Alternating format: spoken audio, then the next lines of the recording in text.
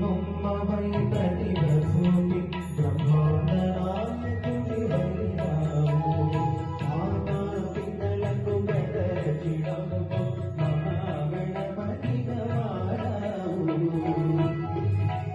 స్వామిని దర్శనం చేస్తూ మూల విరాట్ని దర్శించేటువంటి సమయం మనమంతా కూడా ఈరోజు స్వామిని పల్లకీ సేవలో మన తిరుమాడగిరిలో ఊరేగించుకొని గోవిందనామ స్మరణతో స్వామి యొక్క ప్రాంగణంలోకి వచ్చాం.